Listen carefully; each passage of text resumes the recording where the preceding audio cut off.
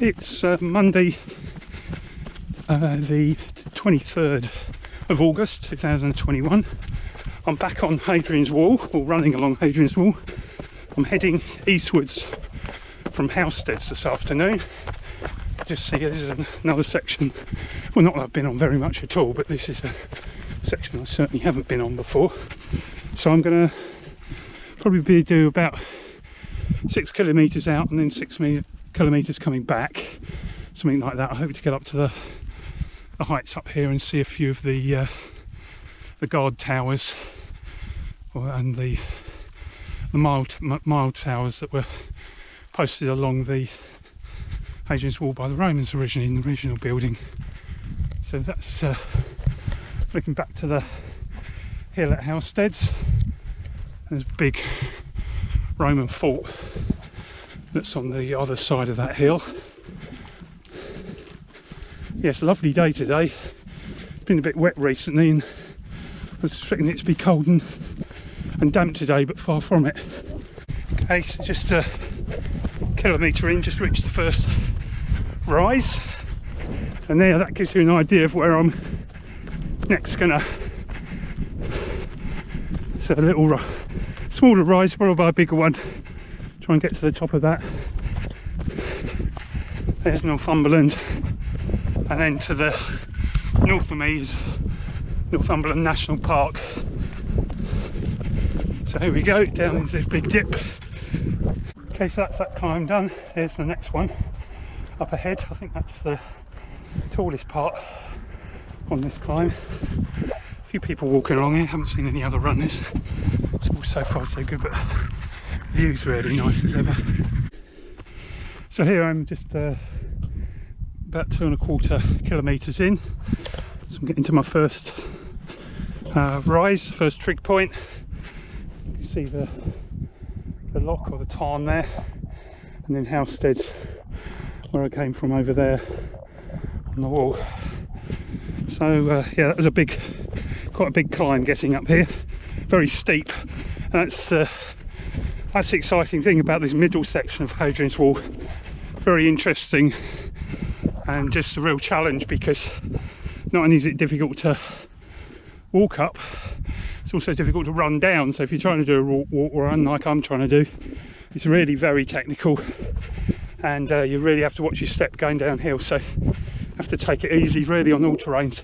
There are some grassy stretches, but they're being particularly limited on this stretch so far, but I expect as I carry on down, they should become more frequent.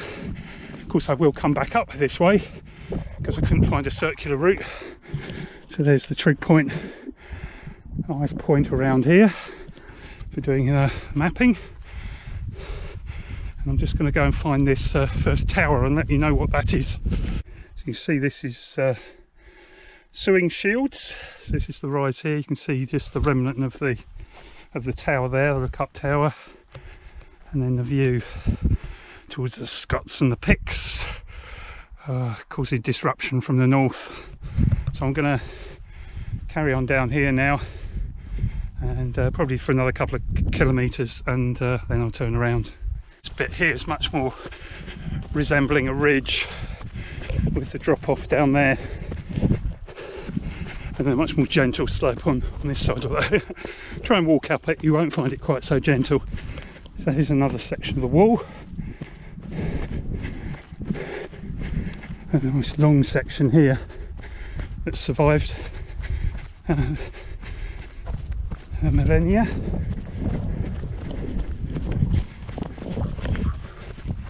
That's about 2¾ kilometres done. So about quarter distance. Still in Sewingshields, but this is Milecastle 35, so you can see this is a much bigger affair than that previous one. That's just really a tower. Kind of see the rough kind of layout. Actually had multiple rooms on this one. There we go. A bit further to go yet till quarter point, and then I'll come back through this way, so I might do some more filming for that's it. So that's where I'm heading, down the hill and across there a little way. This is just after Sewingshields. This is a little section of woodland. So you get a few of these, they're few and far between. But they're really nice on a day like this because you can cool down in them. But a nice little area of woodland. A lovely smell of bracken as you come through here, mixed with a bit of pine and I think what was they, sycamores and oaks I think in here mainly. Yeah, really nice and cooling.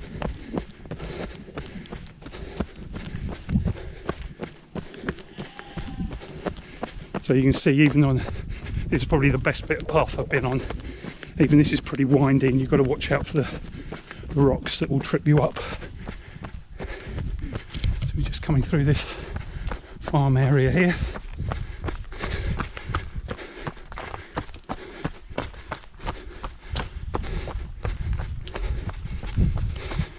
Definitely starting to head down now. Such a sheep here. You can see the wall more resembles a ditch here that's been dug. Simply it's because the land flattened out here. So you're 45 through a few flagstones, just come past where the Milecastle 34 was. So you see it's a lot flatter ground. So I'll do another half K of this and then I'll turn around about the 5 kilometre mark and make my way back.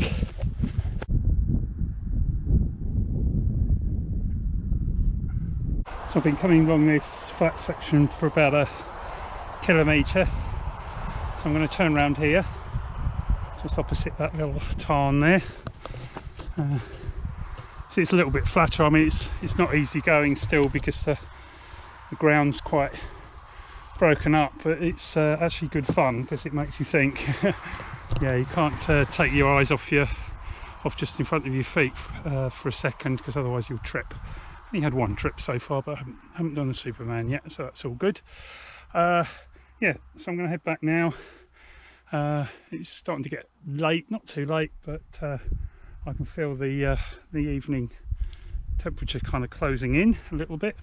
So yeah, just a gentle stroll back, and then, as you've hopefully seen from the early on in the video, this bit's flatter, but then it gets quite hilly up, and then it's down into Housesteads. So I've probably got about, in terms of climbing, about 2/3 of it's now upwards. I mean, it's flat and then starts to go up. That's about 2/3 of the height, and it comes down about half that height again down into Housesteads. So it is overall, this will be a climb heading back on average. There we go. You can see how it all kind of undulates here, right up against the little B road.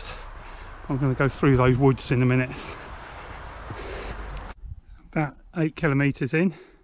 It's about another 4 to get back, 3.5 to 4 kilometres. There's just intriguing little kind of ditches dug out of the hillside going down. I don't know whether these were for any particular purpose, or whether they're just man-made. There's all the cows in the fields, the bullocks and the sheep, and yeah, there's Northumberland Park stretching out over there all the way to Kilda, and then onto the Scottish border. And I've just got this little climb here. There's a second one, and then I'm back to that trig point that I showed you earlier on. Just coming up to Sewingshields again. You can see the drop here. I mean, this is by no means the most extensive drop along here, along this stretch, but this is, you can see why it's just such a position that they picked for a wall to defend. It's just got such natural lines to it as well. It's up into Northumberland, so I'm almost at the top then, just a little bit more to go. You can see the bits of the wall that have been kind of raised to the ground. I'm back at the trig point on the top of Sewingshields. You can see the trail I've got to follow down along that wall, up and down the bumps, and then into that far dense woodland, and that's and down the hill, and I'm back into Housesteads. And you can see where I've come from. Looks a little bit flatter over there, doesn't it? This is the start of the really hilly section around. There's 3 locks I think in there, in all, but some really dramatic kind of cliff areas. But you see what a glorious day it is today. Slightly cooling now, which is rather nice because I'm starting to cool off. So that's pretty hot going, wasn't expected. You can see the Housestead ruins there of the fort, quite big. So I've got about another 1.5 kilometres to go. So you can see it's kind of downhill, but it undulates down into dips, so there'll be a couple of quite severe uphills just to do, but on the whole it's going to be just getting rid of the mozzies. It's going to be downhill from here on out. In fact, I'm going to carry on moving. I was going to grab something to eat, but I'm thinking I'm going to carry on moving because there's lots of mosquitoes around here. So these are the bits to be careful on down here where they're rocky and muddy. New shoes seem to be pretty grippy, so I'm pretty pleased with the way they're working out.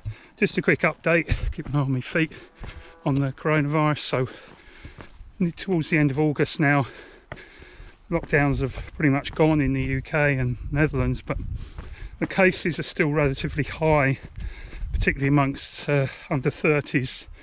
So we're getting just over 30,000 a day new infections reported in the UK, and then about 2,500 in the Netherlands. Now that Netherlands rate appears to be about half the rate of the UK. However, if you look at the number of positive tests taken amongst those as positive tests amongst the total amount of tests done, the UK seems to be doing a little bit better in that it bobbles around 3.5% to 4% of total tests taken are positive, whereas the Dutch rate is well over 11%. So what that tends to suggest, until it gets down to 5%, which is a WHO recommendation, or 4%, which is the EU recommendation, you're not really getting a true measure of the infection in the community, and you're certainly not doing enough detection. So still a little bit of work to do there. Fortunately, admissions in the UK, they had dropped down to about 700 after surging up to about 900. They've gone up close to 900 again, and that's due to the peaks and troughs kind of a week to 2 weeks ago. I'm just hoping that comes under control. If you look at those being admitted, yes, there's a proportion of them that are vaccinated, but when you bear in mind 90% of the adult population are vaccinated, that's a far smaller proportion. So if vaccination was having no effect, then you would expect 90%.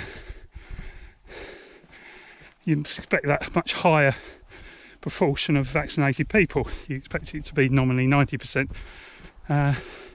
So it's predominantly those who are unvaccinated who are getting the most poorly, and the younger. So about 20% of admissions to hospital at the moment are for people under 30. Anyway, let's just hope the situation improves.